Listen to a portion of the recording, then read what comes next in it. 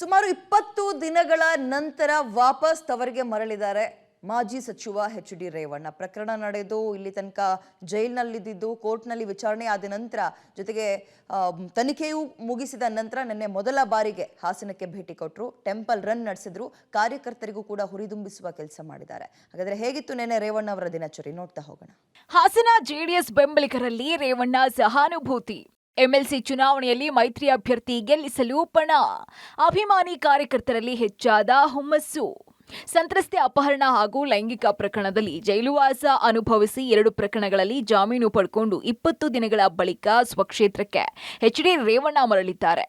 ನಿನ್ನೆ ಹಾಸನಕ್ಕೆ ಭೇಟಿ ನೀಡಿದಂತಹ ರೇವಣ್ಣ ಬಹುತೇಕ ಟೆಂಪಲ್ ರನ್ನಲ್ಲಿ ಬ್ಯುಸಿಯಾಗಿದ್ರು. ದೇಗುಲಗಳಿಗೆ ಭೇಟಿ ನೀಡಿದಂತಹ ರೇವಣ್ಣ ಜೈಲಿನಿಂದ ಹೊರಬಂದ ಬಳಿಕ ಫುಲ್ ಸ್ಟಾಪ್ ಹಾಕಿದ್ದಾರೆ. ಮತ್ತೆ ಹಳೆ ಲಯಕ್ಕೆ ಮರಳುತ್ತಾ ಇರುವಂತಹ ಎಚ್.ಡಿ. ರೇವಣ್ಣ ಮುಂಬರುವ ದಕ್ಷಿಣ ಶಿಕ್ಷಕರ ಕ್ಷೇತ್ರದ ಚುನಾವಣೆಯಲ್ಲಿ ಸಕ್ರಿಯವಾಗಿ ತೊಡಗಿಸಿಕೊಂಡಿದ್ದಾರೆ. ಇನ್ನು ತಮ್ಮ ಭೇಟಿಗೆ ಬಂದಿದ್ದಂತಹ ಎಲ್ಲಾ ಕಾರ್ಯಕರ್ತರನ್ನ ಹಾಗೂ ಬೆಂಬಲಿಗರನ್ನ ಭಾವುಕರಾಗಿಯೇ ರೇವಣ್ಣ ಮಾತನಾಡಿಸಿದ್ರು. ನಂತರ ಮಾತನಾಡಿ ತಮ್ಮನ್ನ ಕ್ಷೇತ್ರದ ಜನ ಎಂದಿಗೂ ಕೈ ಬಿಡಲ್ಲ ಅಂತ ವಿಶ್ವಾಸ ವ್ಯಕ್ತಪಡಿಸಿದ್ರು.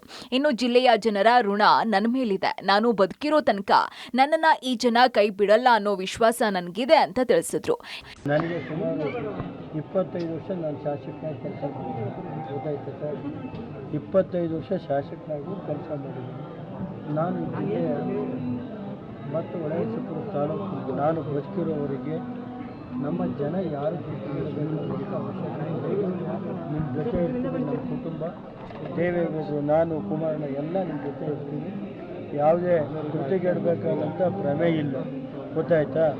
ಅದರಿಂದ ನಮ್ಮ ಜಿಲ್ಲೆ ಜನ ಇವತ್ತು ನನಗೇನು ಸಹಕಾರ ಕೊಟ್ಟಿದ್ದಾರೆ, ಮುಂದೆ ನಾನು ನಿಮ್ಮ ಜೊತೆ ಆ ಸಹಕಾರಕ್ಕೆ ಋಣಿಯಾಗಿದ್ದೇನೆ. ಇನ್ನು ಅಷ್ಟೇ ಅಲ್ಲದೆ ಪುತ್ರ ಪ್ರಜ್ವಲ್ ಪ್ರಕರಣ ಬಗ್ಗೆ ಮಾತನಾಡೋದಿಕ್ಕೆ ರೇವಣ್ಣ ನಿರಾಕರಿಸಿದ್ರು. ನನಗೆ ಕೋರ್ಟ್ ಹಾಗೂ ದೇವ್ರ ಮೇಲೆ ನಂಬಿಕೆ ಇದೆ, ಉಳಿದ ವಿಚಾರಗಳ ಬಗ್ಗೆ ಮಾತನಾಡಲ್ಲ ಅಂತ ತಿಳಿಸಿದ್ರು. ಇವತ್ತು ನ್ಯಾಯಾಲಯದಲ್ಲಿ ಕೇಸ್ ಇರುವಾಗ ನಾನು ಯಾವುದೇ ರಿಯಾಕ್ಷನ್ ಕೊಡೋದಕ್ಕೆ ತಯಾರಿಲ್ಲ. ಯಾಕೆಂದರೆ ನನ್ನ ನ್ಯಾಯಾಲಯದ ಬಗ್ಗೆ ಗೌರವ ಇದೆ ಮತ್ತು ನಾನು ದೇವ್ರ ಮೇಲೆ ನಂಬಿಕೆ ಇರುವಂಥ ನನಗೆ. ಆದ್ದರಿಂದ ನಾನು ಇವತ್ತು ಸನ್ನಿವೇಶದಲ್ಲಿ ಈ ಕೇಸ್ಗಳ ಬಗ್ಗೆ ಯಾವುದೋ ನಾನು ರಿಯಾಕ್ಟ್ ಮಾಡಲ್ಲ.